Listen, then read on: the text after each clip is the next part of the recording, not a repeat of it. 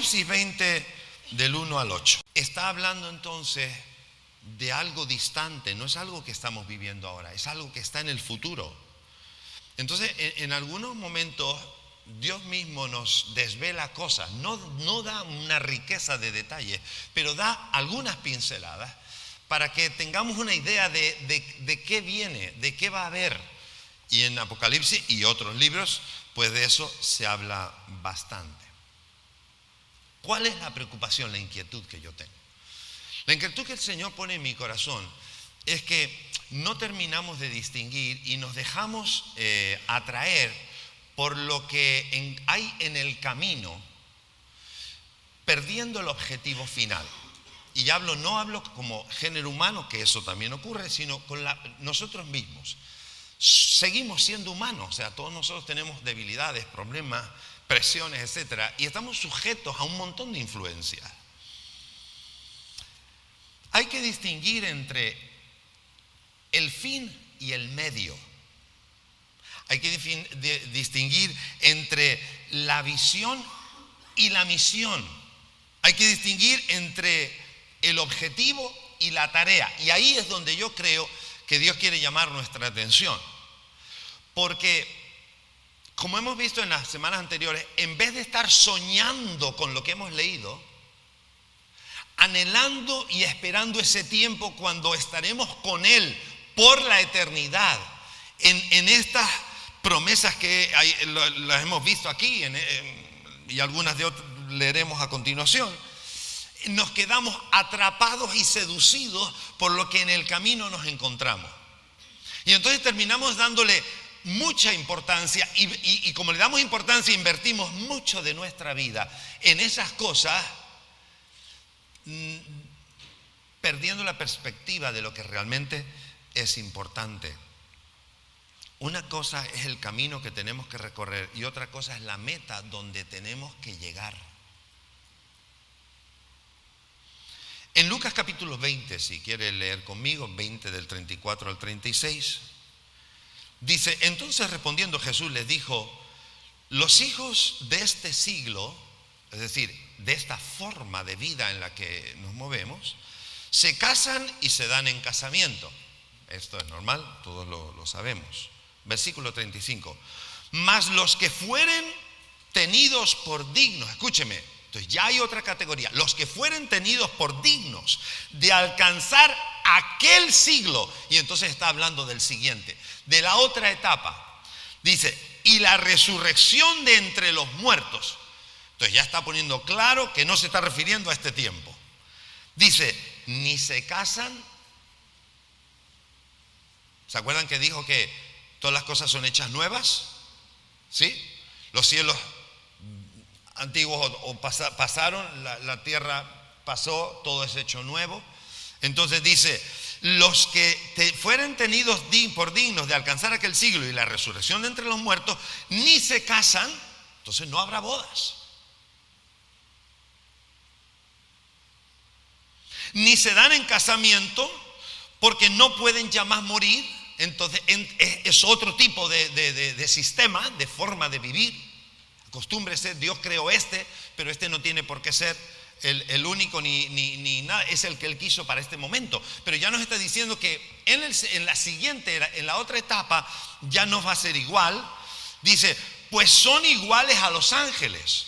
Entonces hay ángeles, y la forma de vivir de los ángeles hoy no es casándose y dándose en casamiento. Y entonces Jesús mismo da esta explicación, pero al dar la explicación nos da una idea, unas pinceladas de cómo va a ser también en el cielo. Y dice: pues son iguales a los ángeles, son hijos de Dios al ser hijos de la resurrección. Entonces en la nueva etapa, yo lo que me lleva a Dios, incluso en los pequeños detalles, porque se me está volviendo esto obsesivo y compulsivo, ¿no? En los pequeños detalles es: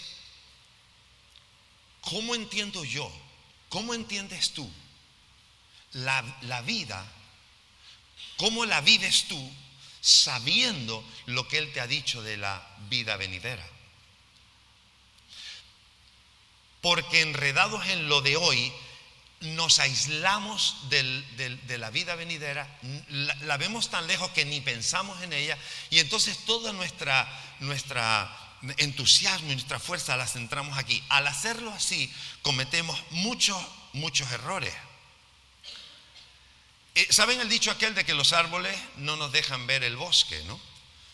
¿Verdad? Los primeros árboles, al acercarnos, son tan grandes que no te dejan ver lo de detrás.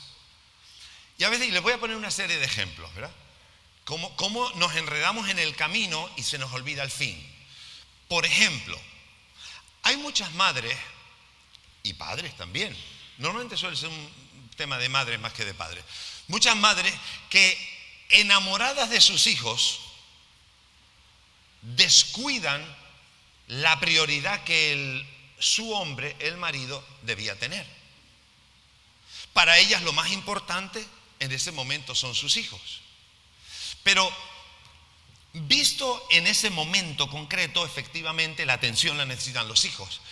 Pero visto en la perspectiva completa, los hijos no son lo primero. Lo primero es tu marido, porque es parte de ti. Los dos son uno. Eso no se dice de los hijos, se dice del esposo y de la esposa. Entonces lo que pasa es que, enredados en el caminar, dándole atención al hijo, que no es que no la merece, pero en una desproporción, desatendiendo a mi cónyuge, este estará contento, pero este no estará contento. Hoy quizá todos lo aguantamos, pero como pasa el tiempo, termina deshaciéndose o sufriendo el vínculo marital, y a veces es ya irrecuperable el tiempo perdido. ¿Todo por qué? Porque no se mantuvo la perspectiva. Mi cónyuge es lo más importante en mi vida después de Dios, y todo lo demás es secundario. Entonces mantengo mi prioridad sin dejar de atender a las cosas que tengo que hacer, pero mi prioridad es la prioridad. Entonces perdemos el objetivo final, que es la unidad entre el matrimonio, y lo hipotecamos, lo fastidiamos por atender algo que hay que atender, pero que tiene que estar en su justa medida.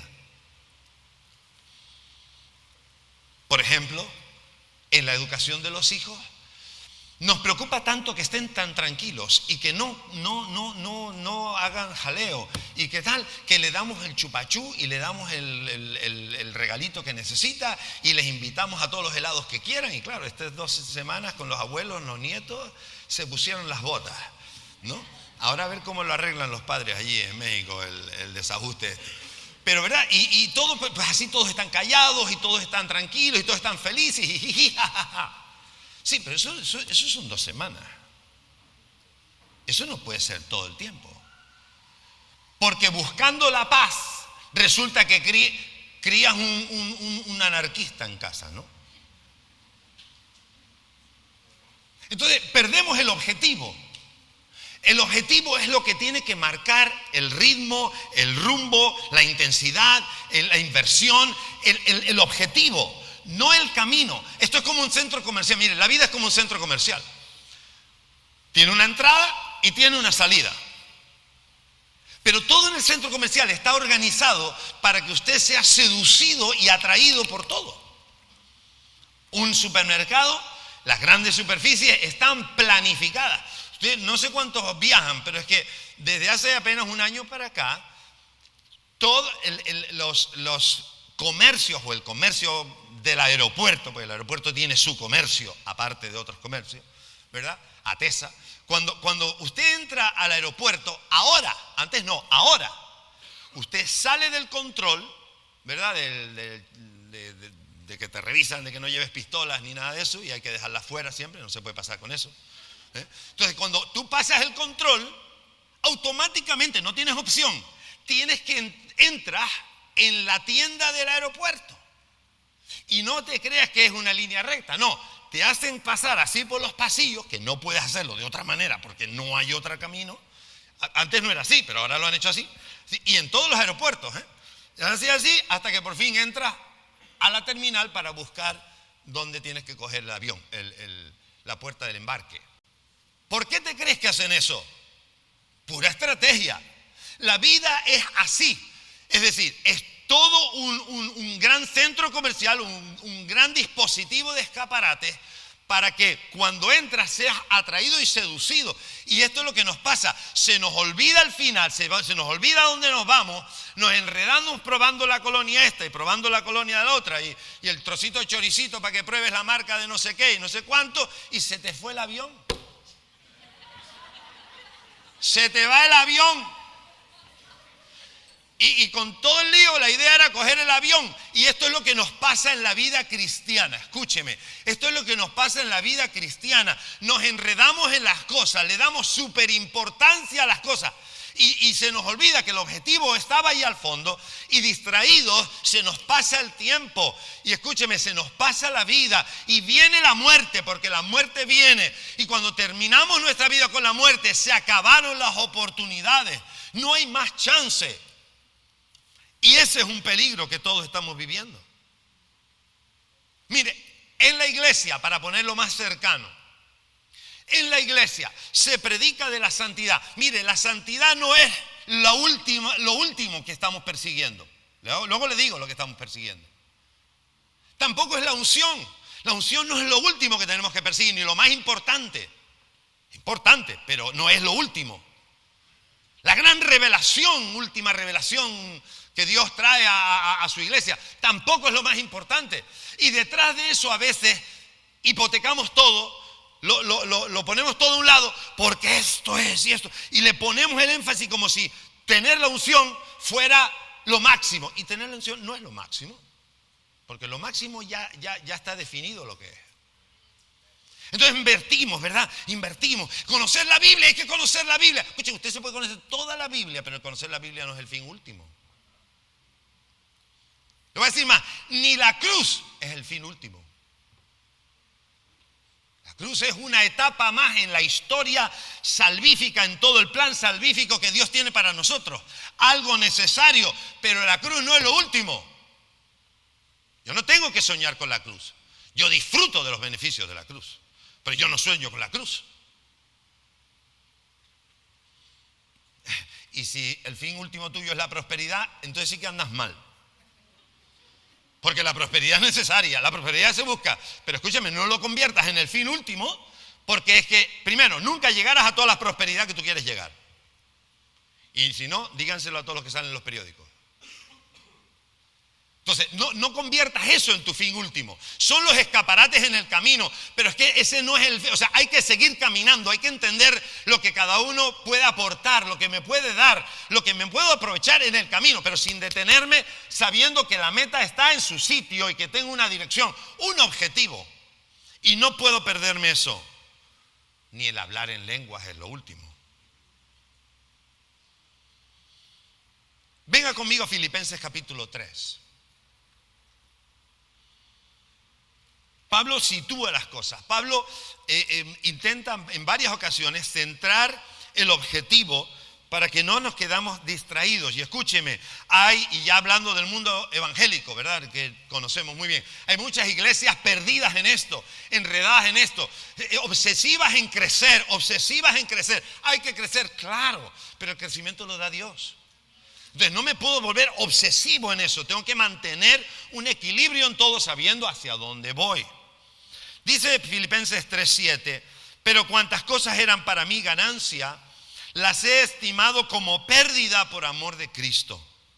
Y ciertamente aún estimo todas, diga conmigo todas las cosas como pérdida por la excelencia del conocimiento de Cristo Jesús, mi Señor, por amor del cual he perdido todo. Pero escúcheme, es que lo ha perdido a gusto. ¿Me entiende? Ha perdido a gusto. Y cuando hablo de perder, no es que tenía mucho dinero y perdí dinero. No. Es que a veces vamos a perder otras cosas. He perdido lo que yo llamaría mi tiempo. ¿Por qué? Pues porque tuve que cuidar a mi papá. Y estuve 14 años cuidando a mi papá, dice alguien, ¿verdad? Dice, ay, qué pérdida de tiempo. No. Aquí Pablo está diciendo, es que eso no es una pérdida de tiempo. Porque yo es que ya todo lo di. Y por eso dice, he perdido todo por amor del cual lo he perdido todo y lo tengo por basura para ganar a Cristo Jesús. ¿Qué es lo que tiene por basura? Tiene por basura lo que tú y yo llamamos felicidad. Tiene por basura lo que tú y yo llamamos prosperidad. Tiene por basura lo que tú y yo llamamos unción. Tiene por basura todo, porque para él lo más importante no es nada de eso, aunque eso es importante. Pero tiene su importancia, no toda la importancia. Y ahí es donde nos confundimos y empezamos a darle más importancia a unas cosas que otras. Y al desfigurar la realidad, nosotros nos metemos en unos enredos mentales, ¿verdad? Que creyendo que estamos defendiendo lo más sagrado, estamos empecinados en lo que no es. Y eso nos ha pasado a todos, a mí el primero. Gracias a Dios, en el camino vamos aprendiendo y ajustándonos y centrándonos. Dice, y ser hallado en él, no teniendo mi propia justicia, que es por la ley, sino que es la que es por la fe en Cristo, la justicia que es en Dios, por la fe, a fin de conocerle, escuche, y el poder de su resurrección, escuche, y la participación de sus padecimientos, llegando a ser semejante a él en su muerte. Entonces a él no le importa nada de eso, de lo relativo a la vida. Ahora, ¿es mejor vivir cómodo? Por supuesto. ¿Qué quieres vivir? ¿Sentado en una caseta de madera con una silla de cuadrada hecha con cuatro tablas? ¿O quieres estar en una gran mansión sentado en un sillón reclinable tipo siesta? Pues, la respuesta es absurda, por supuesto. Pero no me importa. No me vuelvo obsesivo, porque ese no es mi destino. No puedo basar la fuerza de mi vida y el entusiasmo de mi vida en si estoy sentado en una silla de madera o en una silla de cuero. Eso no puede definir la vida mía, la fuerza mía. Dice, si en alguna, y dice, llegando a ser semejante en él, en su muerte, si en alguna manera llegase a la resurrección de entre los muertos. Así que él está luchando por eso, él está esperando llegar a la resurrección de los muertos, porque para él eso sí está en el camino al objetivo. Versículo 12. No que lo haya alcanzado ya, ni que ya sea perfecto, sino que prosigo. Entonces voy en el centro comercial y prosigo. Y me llaman de aquí, y muy interesante, pero yo prosigo. Y me llaman de aquí, y muy interesante, y yo prosigo. Y de aquí tomo lo que me pueda venir bien, siempre que no me desvíe. Y de aquí tomo lo que me pueda venir bien, siempre que no me desvíe. Y cuando noto que algo demanda demasiada atención y me se desvía, no señor, no me interesa, no me digo cómo se llama ni qué me ofrece. Yo no quiero enredarme, yo quiero seguir hacia la meta. Dice, no que lo haya alcanzado ya ni que sea perfecto, sino que prosigo para ver si logro asir. Escúcheme, es una lucha constante. A ver si logro asir aquello para lo cual fui también asido por Cristo Jesús. Entonces Cristo Jesús me asió, me cogió para él. Me cogió para vivir conmigo, para yo vivir con él. Y Pablo dice, eso no lo quiero perder. Yo quiero alcanzar aquello por lo que Cristo murió por mí. No lo quiero perder. Y dice, hermanos, yo mismo no pretendo haberlo ya alcanzado, pero una cosa hago, olvidando ciertamente lo que queda atrás, que bueno, y extendiéndome a lo que está delante, prosigo a la meta. Escucha, aquí está, prosigo a la meta. Entonces no se deja enredar por las cosas, ni por un buen trabajo, ni por un buen salario, ni por un buen coche, ni por un buen no sé qué, no se deja atrapar por nada de eso, ni por un buen puesto, ni un reconocimiento. Dice, y prosigo a la meta, al premio del supremo llamamiento de Dios en Cristo Jesús. Yo prosigo a la meta. Entonces, ¿la meta cuál es? Ser pastor, ser apóstol, ser el padre del apóstol. ¿Qué es la meta? Criar muchos hijos. ¿Cuál es la meta? Tener mucho dinero. ¿Cuál es la meta? Salir en un periódico. Que me nombren presidente de no sé qué cosa. Entonces, la meta, y es lo que tengo que definir. ¿Cuál es tu meta? Porque la forma en la que tú vives habla de cuál es tu meta. Y eso es lo que me preocupa. Me preocupa al ver caminar a los cristianos, los pastores, los líderes, las iglesias, el funcionamiento, la planificación de sus actividades. Me preocupa que no encuentro, no sé si está claro en la mente de todos. Me gustaría que en esta iglesia lo estuviera, que tuviéramos claro cuál es nuestra meta. Y nuestra meta no tiene nada que ver con todos los escaparates del centro comercial. Nuestra meta está al final. Tiene que ver por aquello a lo que yo quiero llegar. ¿A qué quieres llegar tú?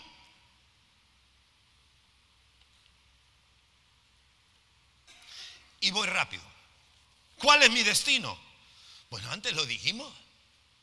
En Apocalipsis 21 se nos habla de una ciudad celestial. Unos cielos nuevos, una tierra nueva, el mar ya no estará. Nos da unas pinceladas de algunas cosas muy interesantes. ¿Cuál es mi destino? Mi destino es la eternidad con Dios. Ese es mi destino. El disfrutar con el Señor toda la vida.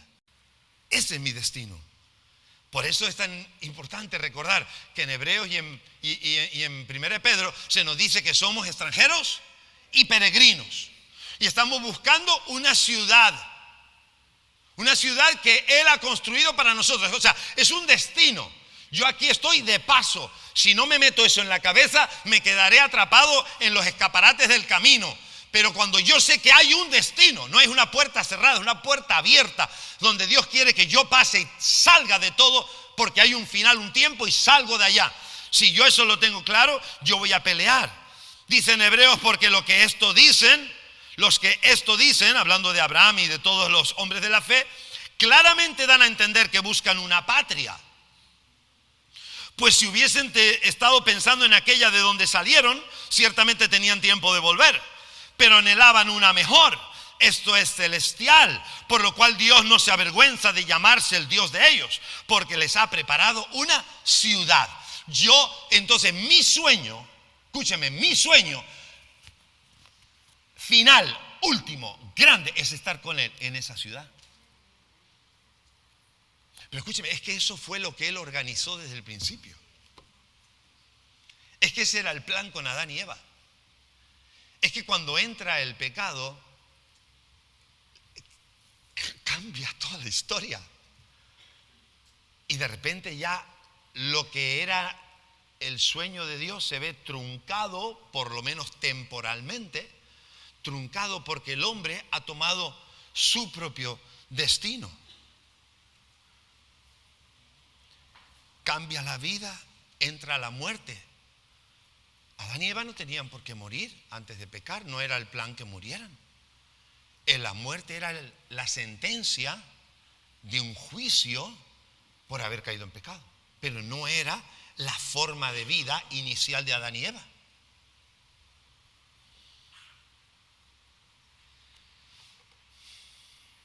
Entra la muerte, entra el dolor, entra el trabajo y cambia toda la tarea. Y ahora tú y yo, que somos cristianos y que hemos recibido a Jesús y que soñamos con esa meta, ¿cuál es nuestra tarea? Esto es lo que tengo que distinguir. Entonces, tengo clara la meta y ahora me falta la tarea. Pero la tarea no es otra que la gran comisión. Escúcheme, no hay otra tarea. El cristiano no tiene otra tarea sino la gran comisión. Cristo se va y le dice a sus apóstoles, a sus discípulos ahí reunidos, le dice, ir por todo el mundo y predicar este evangelio. En otras palabras, ¿hay solución? Claro que hay solución. Esta solución hay que predicársela a todo el mundo. ¿Y por qué? Porque si no aprovechan esta solución, hay un infierno para toda la eternidad. Entonces, prediquen, ese es el principio. Entonces, el enredo de nuestra vida no puede estar en la seducción de las cosas que nos entretienen, sino en la tarea que Él nos ha encomendado, sabiendo el destino al que Dios nos ha llamado. Pero si no tenemos claro el destino, tampoco invertiremos nuestra vida en el camino. Entonces estaremos pensando en, bueno, si Dios me quiere llevar, y tengo una idea etérea, ¿no? En la nebulosa. Y tampoco investigo mucho, así que eso queda, bueno, un día me iré con Dios. No, si de verdad tú conoces eso y le prestas atención a tu destino, tú entonces le vas a dar importancia a tu tarea. Porque tu tarea es vital. Si tú no tienes el anhelo por llegar allí, tú no vas a tener ningún anhelo porque vaya más gente allí tampoco. Entonces, descubrir dónde me quiere llevar Dios, a dónde está mi destino, es lo que le va a dar fuerza a la tarea que tengo que realizar. Entonces ya no caeré en banalidades, ¿verdad? Como dice Salomón, vanidad de vanidades. La vida es vanidad. Entonces, ¿qué es lo importante si la vida es vanidad? El lugar a donde yo voy y la tarea que tengo que hacer antes de llegar allí. Eso es lo que no es vanidad. No es vanidad salvar almas. No es vanidad predicar el evangelio. No es vanidad deshacerme para atender a alguien que puede ser salvo con lo que yo haga en su vida para que se llegue allí y sea rescatado del infierno. Eso no es vanidad. Todo lo demás es vanidad. Todo es vanidad.